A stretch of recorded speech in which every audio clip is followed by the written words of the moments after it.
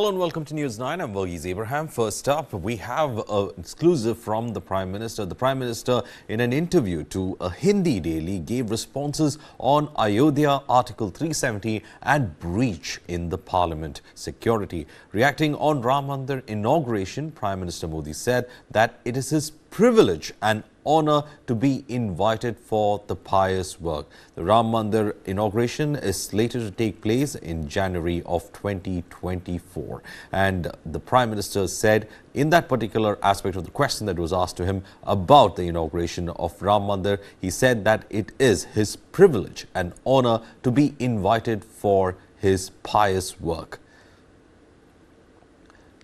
Meanwhile, he also went ahead and spoke about the effort that has been put on with regards to the building of Ram Mandir and how much of a significance it is there for the country as well. The Prime Minister was given an answer to a question on how he felt about the inauguration of the Ram Mandir and the inauguration that is slated for January 2024. Now, the Prime Minister went ahead and said that it was his privilege and honor to be invited for this pious work. Meanwhile, he went ahead and he also spoke about the work that is being carried out at the temple and the work that is also being carried out with regards to the efforts that are being made to ensure that the temple is taken into account. In his first response, meanwhile, on the recent parliamentary security breach incident, the Prime Minister, in fact, went ahead and said that the Lok Sabha intrusion is a serious issue. This is what the Prime Minister, in fact, said, that he said that it is a serious issue when it came to the parliament breach. He also added that he was, in fact, appealed to that first part of the debate on resistance in this matter, and it is necessary to dig deep into the matter in order to find evidence and the real motive behind the incident. The Prime Minister, in fact, went ahead and said that he had appealed that instead of launching the debate or resistance in the matter, it is necessary to dig deep into the matter in order to find evidence and the real motive behind the incident to find a solution. The Prime Minister also reportedly urged political parties to refrain from politicizing the issue as it is a matter of national security. Prime Minister Modi said that these remarks in an interview with a leading Hindi daily. This was one of the questions that was asked to the Prime Minister on this particular issue. The Prime Minister also called for a thorough probe into the incident of parliamentary security breach. He went on to say that what happened in the Parliament should not be taken lightly. This is the reason why the Speaker is looking into the incident with seriousness, the Prime Minister said in his answer to that particular question.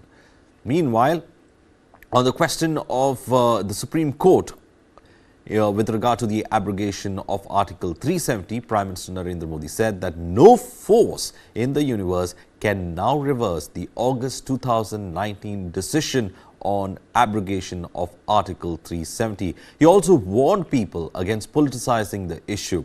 Earlier, after the top court's verdict, Prime Minister Modi had called the move historic.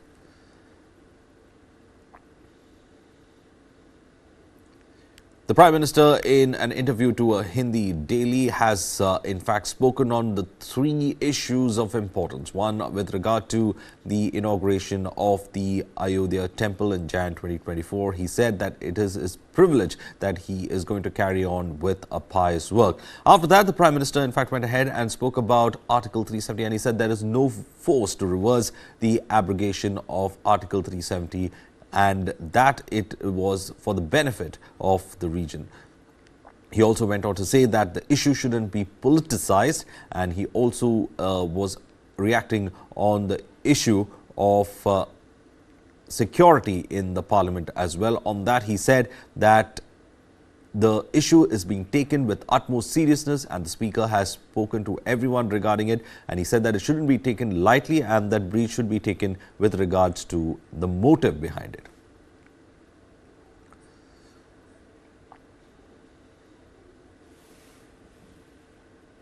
Prime Minister Narendra Modi is scheduled to be in Surat on Sunday, where he will be launching two major projects. The Prime Minister will be inaugurating a new terminal of the Surat Airport and also the Surat Diamond Bourse.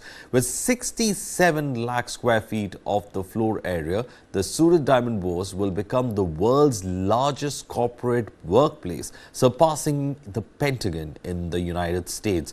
Built at a cost of rupees 3,400 crores, the Bourse will be the world's largest center for international diamond and jewelry business. The Customs Clearance House, the Jewelry Mall and the facility of international banking and safe vaults will be significant parts of the Bourse. During the inauguration ceremony, a replica of the Diamond Bourse will also be gifted to the Prime Minister. The replica is made of 5 key metals, namely gold, silver, copper, iron and lead. After inaugurating the Diamond Bourse, the Prime Minister will be heading to the Surat Airport to launch the newly built terminal. The newly integrated terminal building has been built at a cost of Rs 353 crores and it will be capable of managing 1,200 domestic and 600 international passengers in an hour. The new terminal has been designed keeping the local culture and heritage in mind and has been given a look similar to heritage buildings, taking inspiration from the old Kashta houses.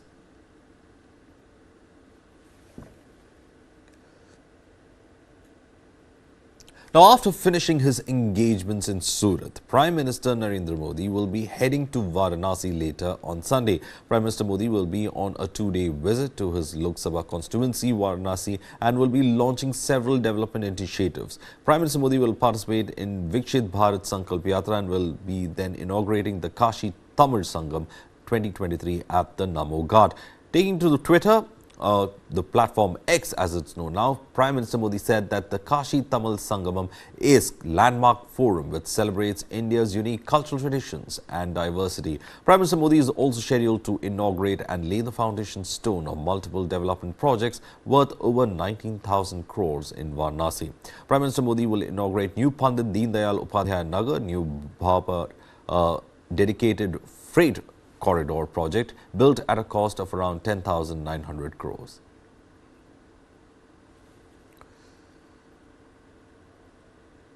Meanwhile, keeping an eye on what's happening in the U.S. primaries, Donald Trump continues to lead the race for the 2024 Republican presidential nomination, securing over half of the party's voter support. Recent opinion polls reveal that Trump has been the front runner in this particular aspect. Trump has been impeached twice, tried to thwart the peaceful transfer of power after losing the 2020 presidential elections, faces scores of charges in multiple criminal cases, and his critics warn he's plotting to rule as an autocrat. Yet he would still return to the White House, and here's why. The election of 24 is the single most important election in the history of our country. Former U.S. President Donald Trump has been impeached twice, tried to thwart the peaceful transition of power after losing in 2020. We will never concede. And faces scores of charges in multiple criminal cases. I am being indicted for you. But with less than a year to go until the U.S. election, Make America great again. Trump currently stands a better chance at returning to the White House than at any point since he left office. Incredible people. Thank you. He leads his rivals for the Republican presidential nomination by nearly 50 points in national opinion polls.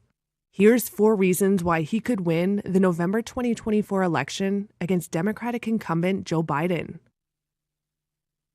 The White House argues the economy is in good shape. Unemployment is down to a near historic low of 3.9%, compared to 6.3% when Trump left office.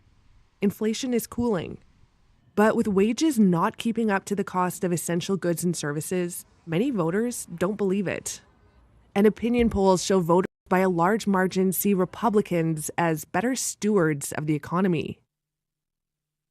Trump also speaks to the worries, real or not, that many white Americans have in a country that's becoming more diverse and culturally progressive. There's a sense that some of the key benchmarks of American life, owning a home, a decent wage, and a college education, are becoming further from reach. Polls show voters are worried about crime and nervous about the flow of migrants crossing the U.S.-Mexico border illegally. Trump is adept at harnessing those fears. Democrats and critics in Trump's own party argue he's unfit for office. But at least half of Republicans surveyed by Reuters Ipsos earlier this year said they would have no problem voting for Trump even if he were convicted of a crime. The former president can also point to his time in office and argue the machinery of government largely functioned, if at times chaotically. Despite heavy government investment in infrastructure, clean energy, and chip manufacturing, the White House has not been able to persuade much of the public that Biden's job creation policies have made a difference to their lives. There are also two foreign wars dividing Americans. Trump's America First message could resonate with voters wary of more involvement in Ukraine or Israel. I could be dictator again. But Trump does remain deeply unpopular in many parts of the country. And his fiery rhetoric could turn off moderate Republicans or independent voters. If he becomes the nominee, it could also provoke a high turnout for Democrats against him. Taiwan's upcoming presidential and parliamentary elections in January highlight the generational rifts over the island's relationship with China. Here is more. As Taiwan prepares to vote in the presidential and parliamentary elections next month, polls reveal deep divisions between generations towards its relationship with China.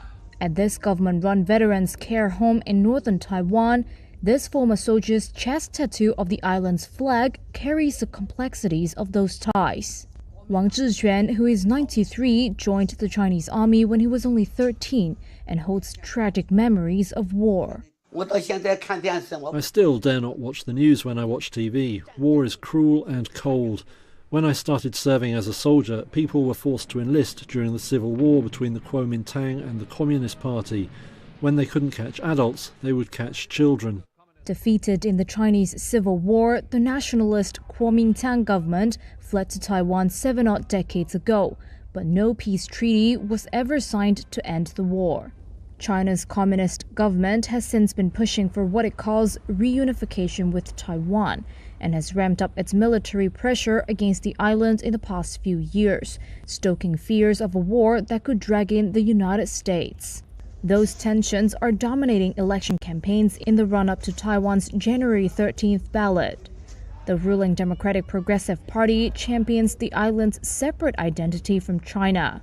But despite moving to Taiwan and later fighting for its island of Kinmen, Wang's sense of identity remains tied to China.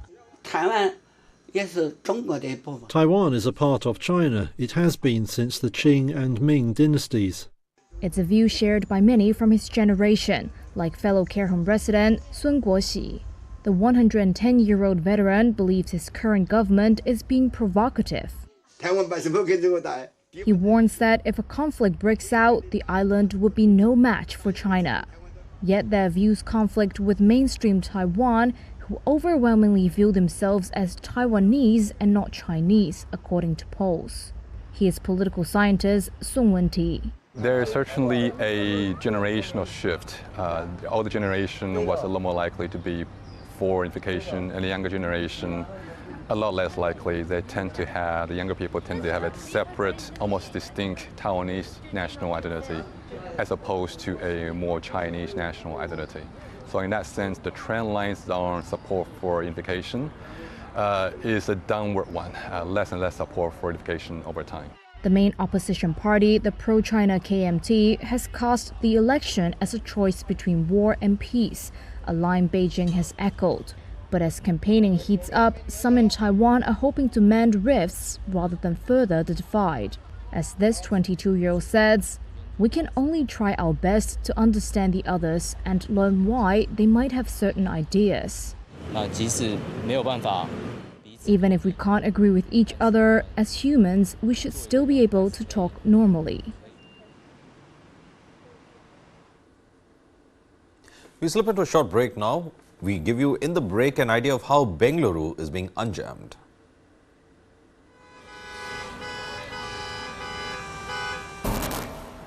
Bangalore traffic is an example of something that has gone wrong with our system. We have more than 50 flyovers in Bangalore city. If flyover is a solution to traffic problem, Bangalore should not have traffic problem. According to TomTom Traffic Index 2022, Bangalore is ranked as the second worst city in the world when it comes to traffic. The speed limit at the ORR is 80 kilometers per hour, but our vehicle has only moved 10 kilometers per hour. What Bangalore needs is a surgery, but what we have been offered repeatedly are band-aids.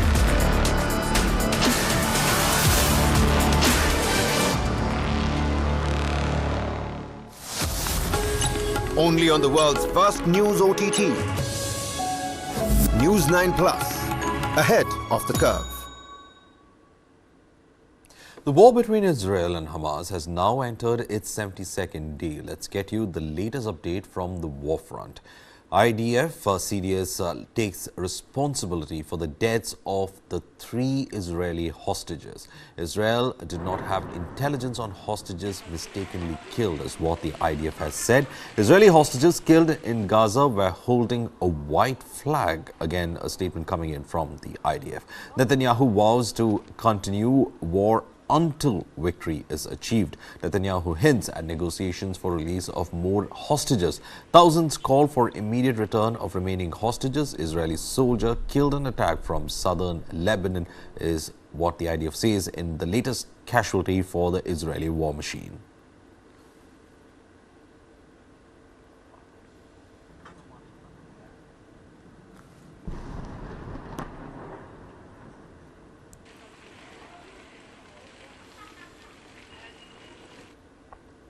An Israeli official has said that 3 hostages mistakenly killed by Israeli forces were holding a white flag. The news prompted protests in Israel. Here's a full report. 3 Israeli hostages mistakenly killed by Israeli forces in Gaza had been holding up a white flag, a military official said on Saturday. Yotam Haim, Sama Al-Talalka and Alon Shamriz have been named as those killed in Shujaya, an eastern suburb of Gaza City. News of their deaths on Friday prompted a late-night protest outside Israel's defense headquarters in Tel Aviv. Among the protesters was Zohar Avigdori, a relative of another hostage. My reaction, first of all, was grief. These are families that I know personally and people that have been waiting so hopefully for their loved ones to return. And to me, it struck me in the heart, showing me that there's got to be a deal right now to bring them back. On Saturday, an Israeli official gave a phone briefing on an initial inquiry into the incident. He said the 3 hostages were not wearing shirts and had a stick with a white cloth on it, but that a soldier had felt threatened and declared that they were terrorists. The official said 2 of the hostages were killed immediately when Israeli forces then opened fire. The 3rd was wounded, the official said, and retreated into a nearby building where he called for help in Hebrew. According to the official, the battalion commander issued a ceasefire order, but there was another burst of fire and the 3rd hostage was killed. This was against our rules of engagement, the official added. Hamas militants rampaged through Israeli towns on October 7th, killing 1,200 people, according to Israel, and capturing 240 hostages. Close to 19,000 people have been killed in Israel's subsequent bombardment of Gaza, according to Gaza health authorities. More than 100 women, children, teens, and foreigners held hostage were released in a deal struck in late November. Other hostages have been declared dead by Israeli authorities, but many remain captive. A funeral for one of the hostages, Sama Al-Talalka, took place on Saturday in Hura in southern Israel. Around 300 people turned up to bid farewell, including his cousin, who told Israel's public broadcaster Khan that they had so many hopes and expectations that Al-Talalka would come back to us. "We are not going to start pointing fingers," Allah Al-Talalka said. "It is not the time," adding, "This is the time to ask for the war to end." Israeli Prime Minister Benjamin Netanyahu stated that Gaza will be neither Hamastan or Fatahstan, emphasizing his opposition to the return of Western-backed Palestinian Authority rule under President Mahmoud Abbas. Netanyahu said Israel enjoys US support for its goals of destroying Hamas and rescue hostages. Here's more. אני מאוד מעריך את התמיכה האמריקנית, הן להשמדת החמאס והן להחזרת חטופינו. אחרי שיח אינטנסיבי עם הנשיא ביידן ואנשיו, קיבלנו גיבוי מלא, גם לכניסה הקרקעית וגם בבלימת הלחצים הבינלאומיים להפסקת המלחמה. כן, יש מחלוקות לגבי היום שאחרי חמאס, ואני מקווה שנגיע להסכמה גם כאן. אני רוצה להבהיר את עמדתי. אני לא אתן לישראל לחזור על טעות אוסלו. לא אתן שאחרי ההקרבה האדירה של אזרחינו ולוחמינו, נכניס לעזה מי שמחנך לטרור, תומך בטרור, מממן טרור. עזה לא תהיה לא חמאסטן ולא פתחסטן. Now let's understand how COP28 deal got done. In a historic move, the COP28 in Dubai, countries led by Conference President Sultan Al Jaber have agreed to transition away from fossil fuels. Here's more. We have now reached the end. For the first time in history, countries have expressed a desire to end the oil age. The COP28 Accord from the summit in Dubai calls for transitioning away from fossil fuels. Key players, including Conference President Sultan Al Jaber, say it's historic. You delivered. This is a sea change moment. I think this is a global turning point. Some remain dissatisfied with concessions allowing for the use of tech such as carbon capture to keep greenhouse gases out of the atmosphere. But striking a deal was by no means a foregone conclusion. Here's a look at how the COP28 deal got done. I promised I would roll up my sleeves. Before the conference, COP28 President Al Jaber was pilloried by environmental activists as untrustworthy. He runs the United Arab Emirates state oil company. But he didn't want to oversee a failed conference. Before it started, his office pumped up climate initiatives, like an EU and US-led declaration by nations to triple renewable energy capacity by 2030. The urgency of this moment is clear. And a US-China cooperation agreement reached in November. Sources say getting a deal took deft maneuvering by the conference host, as well as back-channel diplomacy from the top envoys of the world's biggest polluters, the US and China. Al Jaber intentionally stirred the pot, sources say. His approach was to put out deliberately provocative drafts for a deal that forced negotiators to reveal the outer limits of their positions, then find common ground. On December 11th, Al Jaber's draft deal outlined a broad menu of options that countries could, not should, take to fight climate change. Those options ranged from carbon capture to reducing fossil fuel use or cutting subsidies. Missing was any mention of a phase-out. That sparked outrage, including from small island nations. We will not sign our gift certificates. It is our very survival that is at stake. While scores of countries came to Dubai wanting language around phasing out fossil fuels entirely, it was something oil group OPEC particularly opposed. But the outrage expressed at the summit was the desired effect, according to one source, who said the move made clear where people stood. Mr. Kerry. The presidency then took meetings into the early morning hours over the next days. We're going to work. What's going on? And did not release an updated draft until December 13th, a day after the summit's scheduled end. The term phase out remained a red line that some like China and Saudi Arabia would never accept.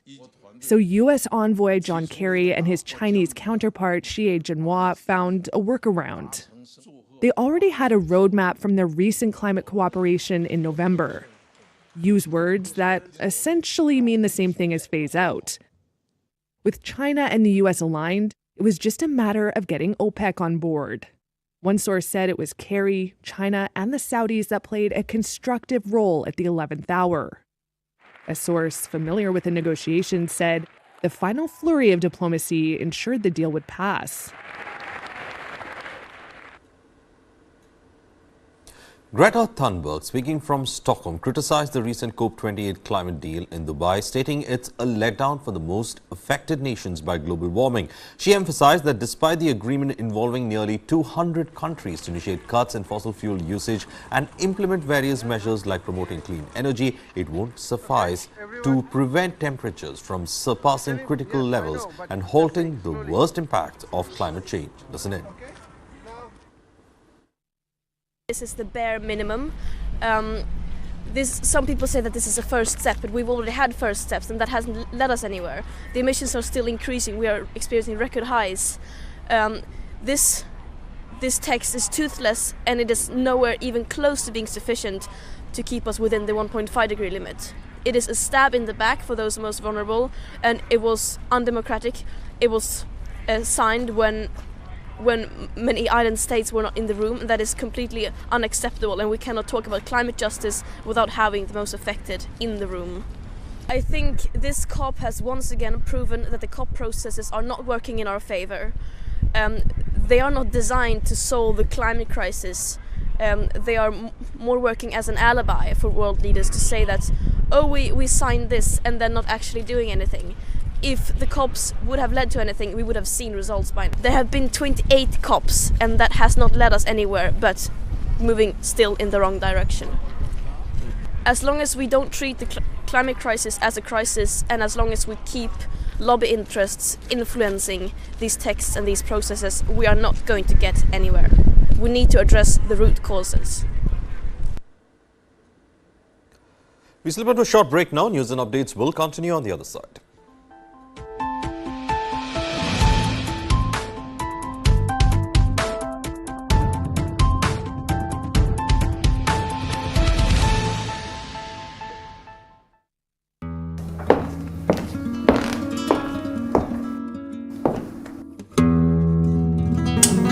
Hello everyone, Namaskar, I'm music composer Ricky Cage. 3-time Grammy Award winner and a United Nations Goodwill Ambassador. And you're watching me on First Person on News 9+.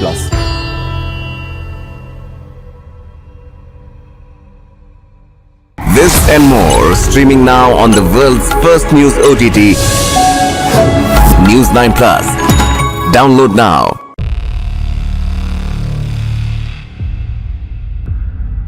वर्ष 2070 तक Bharat net zero का लक्ष्य हासिल करेगा. There is certainly a wall of capital coming into the clean tech, climate tech space, not just in India but across the world.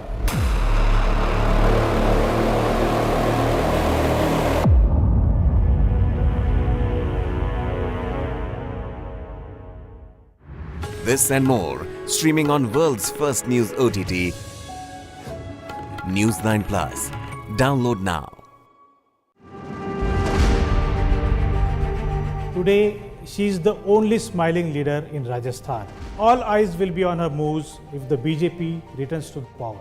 Vasundhara Raje Scindia defied all the odds to become the first woman chief minister of Rajasthan. She has the uncanny ability of striking rapport with all sections. That's why she is very popular in her constituency, not only in her constituency but in entire Rajasthan.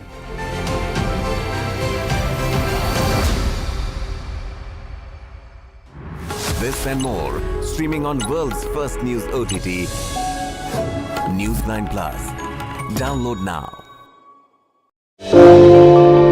They picked my husband. He was tortured there for 2 years. He was enforced disappeared. We had no idea where he is. Within 15 minutes, we got the information that the whole area is surrounded by Pakistan Army. I came out from that in disguise, and after 5 to 6 hours, I was in Kandahar. I don't have any message for Pakistan. There is no politician in Pakistan.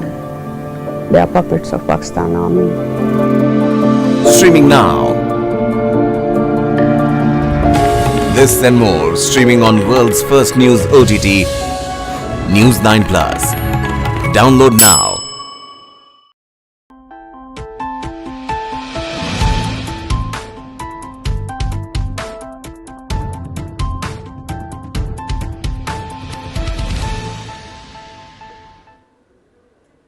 Bosnian towns have topped the world's air pollution chart for at least a few days in December.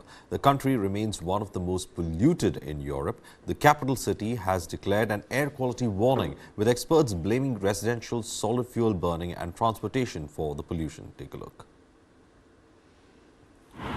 Bosnian towns have topped the world's air pollution charts for at least a few days in December. The country remains one of the most polluted in Europe. The capital city of Sarajevo has declared an air quality warning, with experts blaming residential solid fuel burning and transportation for the pollution. Despite Sarajevo authorities' pledge to make the city carbon-free by 2035, experts say a cost of living crisis has forced people to choose cheaper solid fuels for home heating and to drive older cars with higher emissions of pollutants. According to the World Bank, Bosnia has among the highest levels of fine particulate matter, or PM2.5, pollution in Europe, with the burning of solid fuel for home heating and the transport sector contribute about 50% and 20% respectively. Enis Krecinic is an environmental expert at the Bosniak-Croat Federation's Hydrometeorological Institute. When we talk about air quality in Bosnia and Herzegovina, it is nothing new and not something that has appeared only recently. This is a problem that has existed here for decades, even longer. Why is it so? It's very simple. Bosnia and Herzegovina is a rather poor country, so the way of life of people here is quite different from the life of people in Europe. Our industry was largely based on heavy industry, dirty industry, and the like. Krecinic says December is particularly bad with pollution when the temperature drops. Cooler temperatures and a drop in the wind trap pollutants in the atmosphere for longer. Some cities located in the centre of the country are in what is known as the Coal Valley. They have had more days of excessive pollution during the calendar year, despite the closure of some of the country's mining and heavy industry. Physicians say exposure to fine particulate matter poses serious health risks. Tufik Hadziosmanovic is a lung specialist doctor. Naš respiratorni sistem ima Our respiratory system has a function that expels harmful substances, but exposure to this type of air pollution that lasts for years leads to failure of that apparatus. And this very often happens in young people, in children, and especially in chronic patients, which then again leads to the formation of exacerbations of chronic obstructive pulmonary disease. I egzacerbacije hronične obstruktivne plućne bolesti.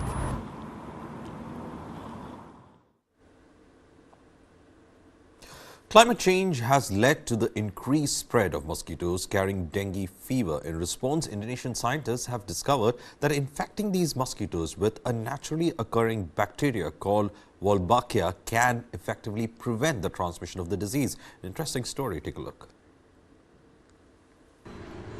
It's just a small plastic bucket, but it can make a big difference. In Yogyakarta, in central Java, residents are preparing to release tens of thousands of mosquitoes right next to their homes. Professor Adi Utarini has been involved in the fight against dengue fever for over a decade. She has specialized in fighting mosquitoes with mosquitoes. We release both male and female mosquitoes with about the same proportion, so equal proportion, with the thinking that if we release male and female mosquitoes, then once they are in the natural habitat, they could mate with the mosquitoes in the population. Researchers discovered that mosquitoes infected with Wolbachia, a widespread and harmless bacteria, can no longer transmit the dangerous dengue virus. Once introduced into a mosquito population, the bacteria-infected type gradually replaces the native species. The good news is that the bacteria not only blocks the dengue viruses from replicating in their host, but scientists believe the bacteria can be used to combat other mosquito-borne diseases, such as Zika and yellow fever. One of these mosquitoes lays about 100 eggs, so from a box like this, the scientists can harvest up to 1,000 eggs, and they're ready to hatch from a few days to several months after being laid. Jakarta used to be a constant hotspot for dengue outbreaks, and it is particularly children, like this little boy, who are at risk. But after 3 years, a controlled trial found that dengue cases in treated areas decreased by 77%. Now the trial will be expanded to include Jakarta's surrounding provinces. Winning the support of local residents has been key. Initially, the community was full of questions. Why are mosquito larvae kept next to us? The result is that more mosquitoes now enter our houses. But the good news is that we can kill the ones that get in. The release of Wolbachia mosquitoes in Jakarta began after 2 years of collaboration with communities and approval from the provincial government. There are millions of dengue cases in Indonesia every year. A little white bucket could help change that.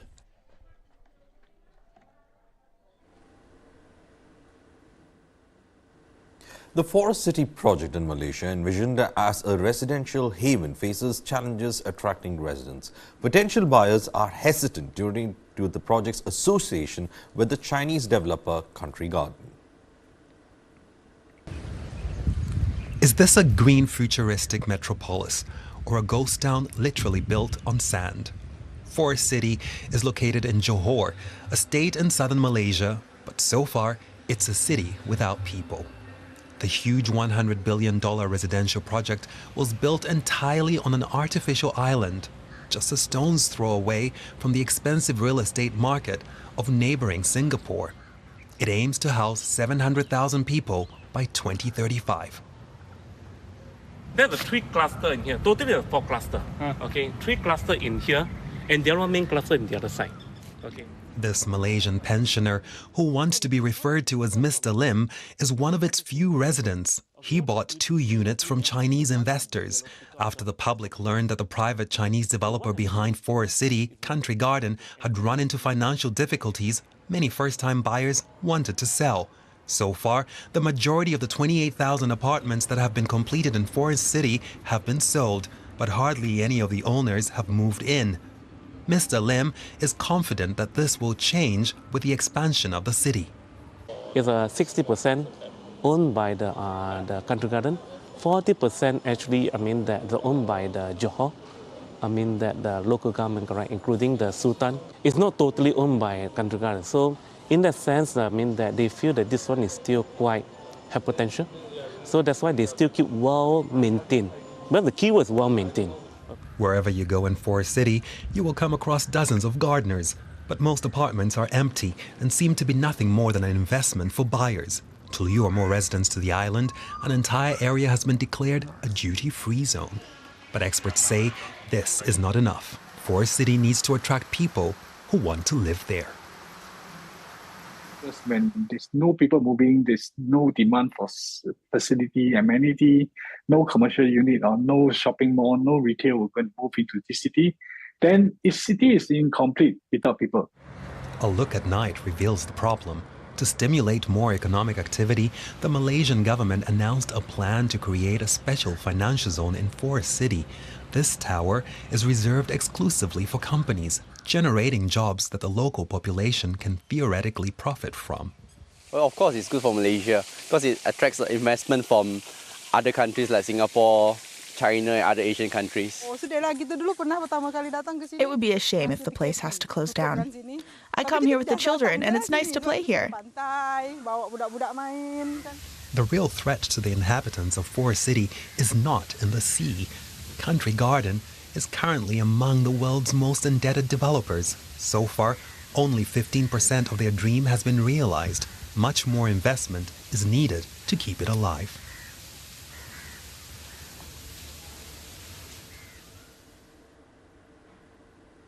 Well, up next, Ashley, an AI-powered campaign volunteer, but far from the typical robocaller since none of her responses are canned or pre-recorded. Given her ability to hold conversational calls, Ashley called thousands of Pennsylvania voters like a pro-campaign volunteer to analyze a person's profile and offer tailored conversations around their key issues. Take a look. Are you familiar with Shemaine Daniels and her campaign for Congress? This political campaign call is from Ashley, a new artificial intelligence volunteer. Hey there. I hope you're doing well. She's part of a new era of political campaigning being ushered in by generative AI. But some warn tools like Ashley could make disinformation in American politics worse. As a mom, I think a lot about the future. Democrat Shemaine Daniels is running for Congress in Pennsylvania. Last year, Daniels lost to Trump-aligned Republican Scott Perry.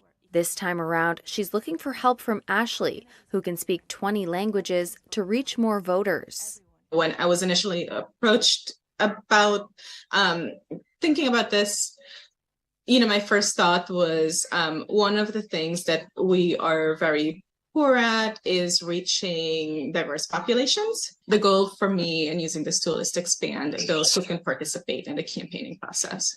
Ashley's creator is a startup called Civox.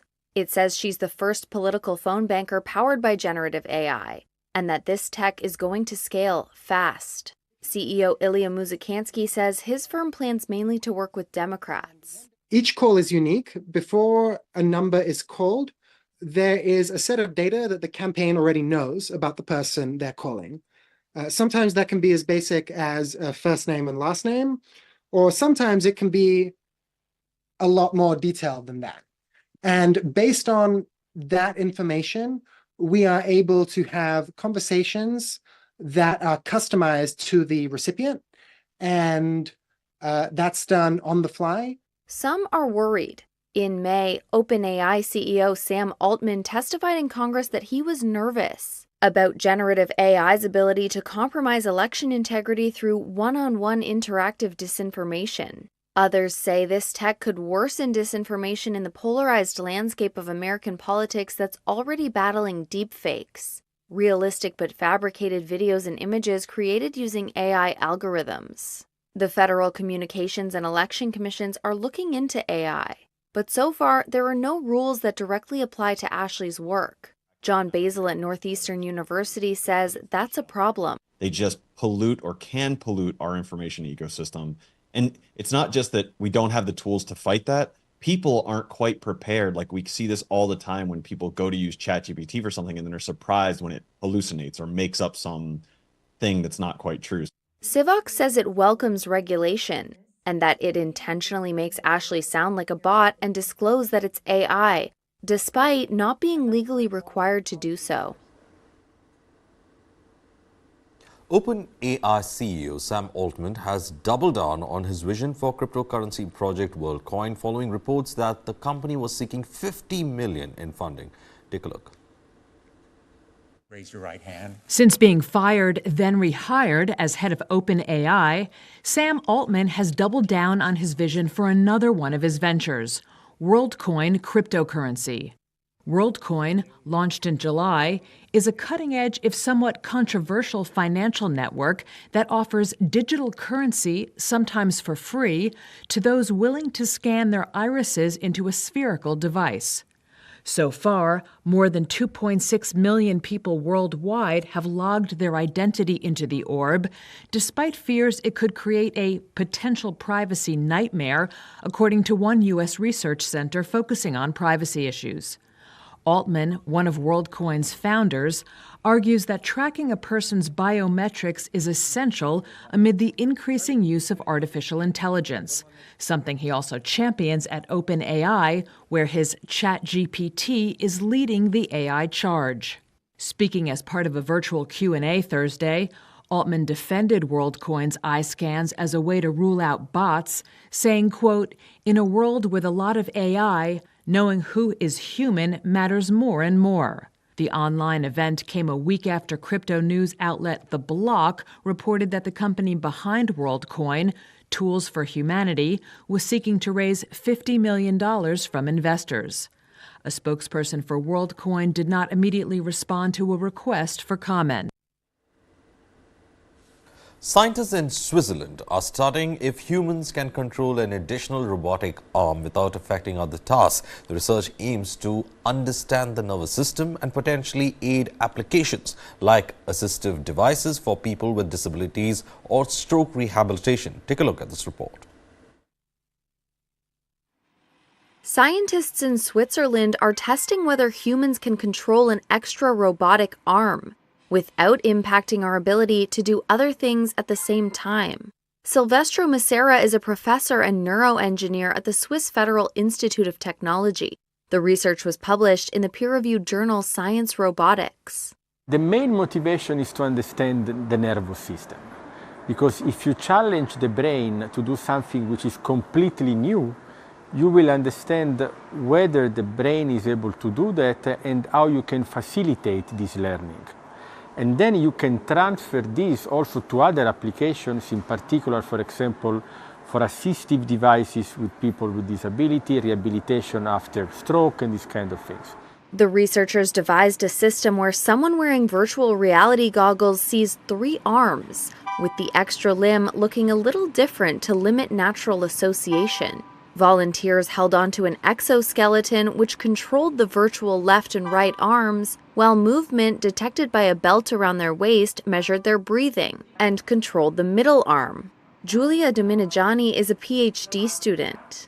In particular, we use this environment to test our gaze respiration-based control interface.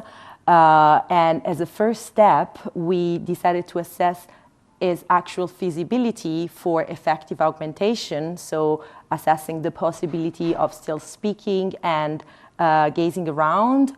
The researchers also tested breathing control with a real robotic arm strapped to the user's chest that extends in and out with the diaphragm. What was extremely interesting to see was that both trained participants and naive participants performed similarly, again showing the intuitiveness of our control interface. Though it wasn't published in the study, senior scientist Sulaiman Shakur says the team also discovered that people could be trained to control a computer mouse with the muscles we don't really use anymore. So these muscles that we have in our body, but through evolution we have lost their functionality. We have found that through a few days of training, people could use these auricular muscles, which are this muscle we have behind the ears, to control this extra limb while still using their natural arms and still speaking and looking around. The study is part of a Swiss National Science Foundation project to develop a wearable robotic arm to assist in daily tasks or to help in search and rescue. Santa Claus visited the Caju favela in Rio de Janeiro to spread cheer and joy amongst the favela's children. Kids from the poor slum jumped and cheered as Santa and his elves distributed gifts to them. Many schools organized Christmas celebrations for the children in the favelas.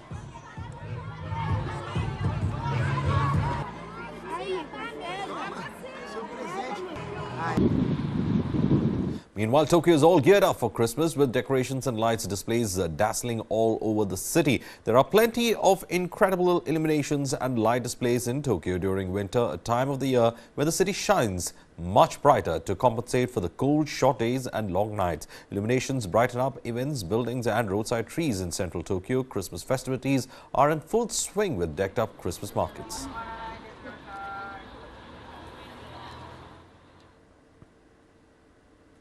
Well, that's all in this edition of the Bulletin. Stay tuned to News 9 for further updates.